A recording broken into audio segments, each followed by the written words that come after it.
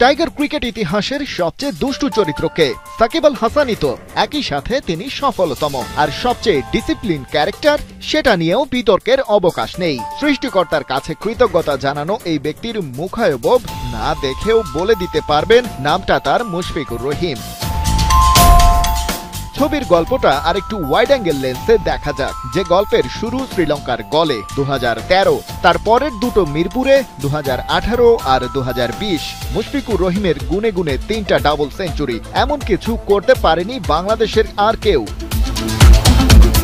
Tiger test ক্রিকেটে double century আছেই অবশ্য মাত্র 3 জনের। মুশির সাথে এই এলিট লিস্টে তামিম ইকবাল খান আর সাকিব আল হাসান। বাংলার 3 নক্ষত্র বললেও যেন সঠিক উপমাটা ব্যবহার করা হলো না। তবে গলে সেই 2013তে যখন মিস্টার ডিপেন্ডেবল 200 রানের মাইলস্টোন ছুঁয়ে ফেললেন, তখনই যেন সবার টনক নড়ল, আমরাও পারি এমন কিছু।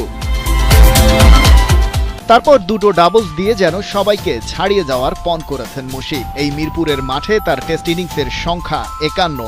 লাল বলে তার 6500-এর বেশি রানের মধ্যে এখানেই করেছেন 2000+।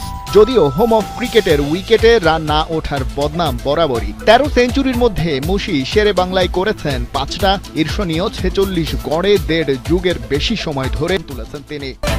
ক্যারিয়ার জুড়ে এই যে এত কাণ্ড করে গেছেন, সেটা ক্ষণিকের ফ্লুক ছিল না মোটেও। ধারাবাহিকভাবে বাংলার মিডল অর্ডারে ভরসা জুগিয়ে গেছেন। যখন কেউ পারেনি দাঁড়াতে, নেমেছেন ত্রাতার ভূমিকায়। গুটি গুটি পায়ে যখন নেমেছেন 22 গজে, 16 কোটি চোখে বিশ্বাস ছিল ও পারবেই। তাই তো মিস্টার ডিপেন্ডেবল তকমাটা বরাবরই প্রাসঙ্গিক এবং সঙ্গত।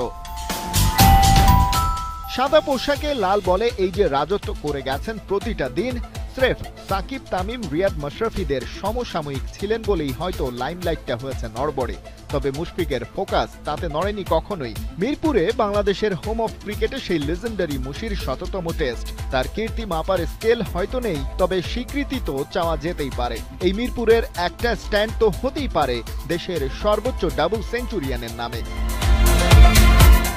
ওয়াংখেড়ে স্টেডিয়ামে রোহিত শর্মা স্ট্যান্ড, অরুণ জেটলিতে বিরাট কোহলি প্যাভিলিয়ন, কিংবা এমসিজিতে শেন ওয়ার্ন স্ট্যান্ড আছে। অস্ট্রেলিয়ান কিংবদন্তির প্রতি সম্মান জানিয়ে শ্রীলঙ্কার গলেও একটা স্ট্যান্ডের নামকরণ করা হয়। সিডনিতে ডন ব্র্যাডম্যান স্ট্যান্ড, একই মাঠে আছে Brian Lara, Sachin Tendulkar gate. এমন অনেক নামই মিলবে সারা দুনিয়া জুড়ে।